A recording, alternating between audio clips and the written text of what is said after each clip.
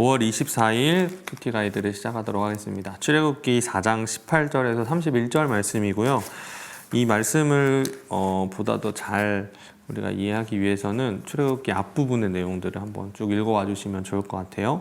그래서 4장 전체를 한 번 더 읽어주셔도 좋고요. 1장부터 어떤 내용으로 지금 4장까지 왔는지를 한 번 더 살펴보시면 좋을 것 같습니다. 내용 관찰 들어가시기 전에 꼭 한번 읽어보시고 들어와 주세요. 내용 관찰 1번입니다. 모세가 애굽으로 돌아갈 때 하나님께서 주신 명령은 무엇입니까? 21절에서 23절까지 보면 하나님께서 모세에게 명령하신 내용이 있는데요. 그 중에 21절에 보면 이렇게 되어 있습니다. 여호와께서 모세에게 이르시되 내가 애굽으로 돌아가거든 내가 내 손에 준 이적을 바로 앞에서 다 행하라. 다 행하라. 하나님께서 시내산에서 모세를 부르신 다음에 그곳에서 하나님이 분명히 그에게 지팡이를 통해서 보여주셨습니다. 그 이적을 지금 행하라고 말씀하시는 거죠. 그리고 열재앙도 행하게 됩니다. 두 번째인데요. 십보라가 아들에게 할례를 행한 후에 모세에게 한 말은 무엇입니까? 25절, 26절에 있는데요. 한번 읽겠습니다. 십보라가 돌칼을 가져다가 그의 아들의 포피를 베어 그의 발에 갖다 대며 이르되 당신은 참으로 내게 피 남편이로다 하니 여호와께서 그를 놓아주시니라. 그때 십보라가 피 남편이라 함은 할례 때문이었더라. 모세에게 한 말은 피 남편이라는 말인데요. 사실은 이 말이요. 성경 안에서 난제로 남아 있습니다. 도대체 이 말이 무슨 말이었을까? 왜 갑자기 이 일이 일어나서 왜 십보라는 아들의 포피를 베어서 모세에게 되었고 피 남편이라 했는지 이 사건에 있어서 사실 좀 난제가 있는데요. 여기 옆에 72페이지에 묵상을 위한 용어 해설에 보면 이 두 가지 이 사건에 대해서 두 가지 해석을 여기다 같이 넣어주셨는데요. 포피를 베어 이 부분은 할례에 대한 이야기입니다. 그리고 3번에 보면 피 남편이로다 라고 하고 아들의 할례로 인해 흘린 피 때문에 남편이 죽음으로부터 벗어났다는 의미. 그러니까 우리가 이 내용을 좀 종합해서 생각을 해보면요. 모세는 지금 하나님의 그 명령을 받아서 이스라엘 백성들을 이집트 애굽 땅에서 구원하기 위해서 가고 있습니다. 근데 그 가는 길에서 하나님을 만나서 모세는 할례를 어느 순간 행했겠지만 모세의 아들은 그렇지 않잖아요. 하나님의 백성을 구하러 가는 하나님의 백성의 지도자인 모세가 그리고 그 모세의 가족에 하나님의 언약 백성으로 들어간다는 그 사인을 지금 이 모세의 아들의 할례를 통해서 다시 한 번 더 하나님께서 이 사인대로 이 증명을 하라 이거죠. 그래서 이 아들도 할례를 행해서 하나님의 백성이 되었음을 지금 보여주는 겁니다. 그렇게 좀 간단하게 우리가 생각을 해보면 좋을 것 같아요. 3번입니다. 아론이 모세에게 전달받은 내용을 선포한 대상은 누구입니까? 29절에서 31절인데요. 모세와 아론이 가서 이스라엘 자손의 모든 장로를 모으고 아론이 여호와께서 모세에게 이르신 모든 말씀을 전하고 그 백성 앞에서 이적을 행하니 백성이 믿으며 여호와께서 이스라엘 자손을 찾으시고 그들의 고난을 살피셨다함을 듣고 머리 숙여 경배하였더라. 지금 모세와 아론이 이스라엘 장로들에게 먼저 말하고요. 그리고 그들의 백성에게 다 이야기합니다. 그러니까 모든 고센 땅에 살고 있던 모든 유대인들에게 이 야곱의 후손인 12지파의 모든 사람들에게 지금 하나님의 말씀을 선포한 것이죠. 연구한 묵상입니다. 4번인데요. 하나님의 언약 백성으로서 필수적으로 감당해야 하는 일에 대해 주저하거나 놓친 일로 모세의 가정이 겪은 어려움에 대해 묵상해 봅시다. 아까 나눴던 이 할례에 대한 내용인데요. 이 할례는요, 사실 하나님의 언약 백성이 되었다는 증표입니다. 증표. 그러니까 내가 하나님의 자녀임을 하나님 앞에서 보여주는 것이죠. 이게 사실 처음 등장했던 곳이 창세기 17장인데요. 창세기 17장 14절에 보면요. 언약의 표징으로서 할례를 하고요. 하나님께서 이렇게 말씀하십니다. 14절에 보면요. 할례를 받지 아니한 남자 곧 그 포피를 베지 아니한 자는 백성 중에서 끊어지리니 그가 내 언약을 배반하였음이니라.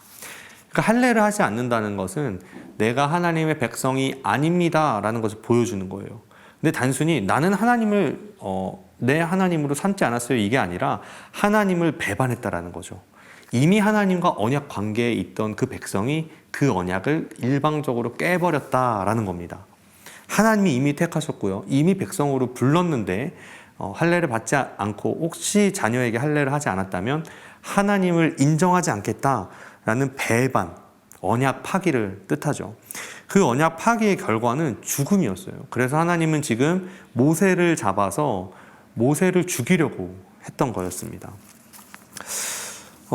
사실 이 사건은요, 굉장히 중요한 사건인데요. 난제이긴 하지만 우리에게 좀 이 앞으로에 있어서 이 피가 가지는 의미가 얼마나 중요한지를 보여주는 겁니다. 출애굽기 12장에 가면요, 유월절에 대해서 나오는데요. 여기 보면 우리가 잘 알다시피 이 문설주에 양의 피를 바르고요. 하나님께서는 그 밤에 오셔서 이 문설주에 피를 바른 이스라엘 백성들은 살려주시고 그렇지 않은 모든 집의 장자를 다 죽여버립니다. 출애굽기 12장에 22절에 보면요, 피를 뿌리고 라는 단어가 있는데요. 오늘 우리가 읽은 본문에 그의 발에 갖다 대며 이름에 라는 이 갖다 대며와 이 문설주에 우슬초를 가지고 피를 뿌리는 이 단어가 같은 단어입니다. 그러니까 하나님께서는 미리 지금 앞으로 어떤 일이 벌어질 것이라는 것을 모세의 가정을 통해서 보여주셨던 거예요. 이 피를 통해서 내가 너의 죄를 용서하고 넘어가겠다. 그게 유월절이잖아요. 그러니까 하나님의 계획과 하나님의 스케줄을 따라서 하나님은 일하시고 그 하나님의 스케줄, 하나님의 뜻 안에서 우리를 부르셔서 그 일에 동참하게 하시는 거예요. 단지 구원에만 피의 능력, 예수 그리스도의 십자가에서 흘리신 보혈의 능력이 있는 것이 아니라 우리의 삶에도 똑같이 적용되어야 된다는 겁니다. 똑같은 방법이 적용돼야 되는 거예요. 제가 밥을 먹는 것도요, 제가 사람을 만나서 관계를 갖는 것도요, 그리고 제가 일을 하는 것도, 그리고 집에서 나와서 집으로 다시 들어가기까지 일련의 모든 일들, 그리고 집안에서 일어나는 모든 일들까지도요, 보혈의 능력, 예수 그리스도의 보혈이 없으면 안 된다는 사실을 우리에게 알려주는 겁니다. 구원에서뿐만 아니라 삶에서도 그 능력이 우리에게 필요하다는 것이죠. 그러면 우리가 예수님의 말씀을 한번 생각해 볼 필요가 있는데요. 마태복음 5장으로 한번 가보면 좋을 것 같습니다. 마태복음 5장 16절에 가면요, 예수님께서 이렇게 말씀하셨습니다. 이같이 너희 빛이 사람 앞에 비치게 하여 그들로 너희 착한 행실을 보고 하늘에 계신 너희 아버지께 영광을 돌리게 하라. 우리의 삶이 방금 말씀드렸듯이 똑같은 이 피의 능력으로 우리의 삶을 제대로 살아갈 수 있다면 우리가 정말 우리의 삶 가운데 예수 그리스도를 찾고 있나요? 그 보혈의 능력을 의지하면서 살고 있나요? 구원 받았으니까 난 이제 괜찮아, 나는 이제 마음대로 살아도 돼. 혹시 이게 우리의 마음 가운데 있진 않나요? 예수님은 우리에게 우리의 삶을 통해서 그 빛을 비추는 삶을 살아라고 하셨습니다. 정말 하나님의 영광을 위해서 살고 있나요? 내 뜻, 내 생각, 내가 잘 되는 것, 나의 성공, 명예, 이런 것만이 혹시 내 마음에 남아있는 것은 아닌가요? 이 말씀을 통해서요, 우리가 정말로 하나님의 언약의 백성이 되었다면 내가 그 안에서 하나님의 말씀대로 살아가고 있는지, 그리스도만이 내 구원뿐만 아니라 내 삶에서도 능력을 주실 수 있는 분으로 내가 섬기고 내 안에 두고 살아가고 있는지를 확인해 보자는 겁니다. 마지막으로 삶의 적용인데요. 하나님께서 하나님의 때에 나에게 세심하게 모든 사항들을 기억하고 응답해 주신 경험이 있습니까? 하나님의 세심한 배려와 사랑을 깨달은 것에 대해 생각해 봅시다. 저는 아직 많이 이렇게 오랜 세월을 살진 않았는데요. 제 부모님, 그리고 제가 저를 가르쳐 주셨던 많은 분들을 만나서 얘기했던 내용들을 제가 돌아봤을 때 그분들이 하나같이 다 말씀하셨던 게 있었어요. 돌아보니 은혜였다. 돌아보니 은혜였다. 물론 젊은 시기를 살아가고 있는 저에게는 이 말이 완벽하게 이해되지는 않지만 저도 가정을 이루고 조금씩 삶을 알아가면서 돌아보니 은혜였다라는 이 말이 조금은 뭔지 알 것 같습니다.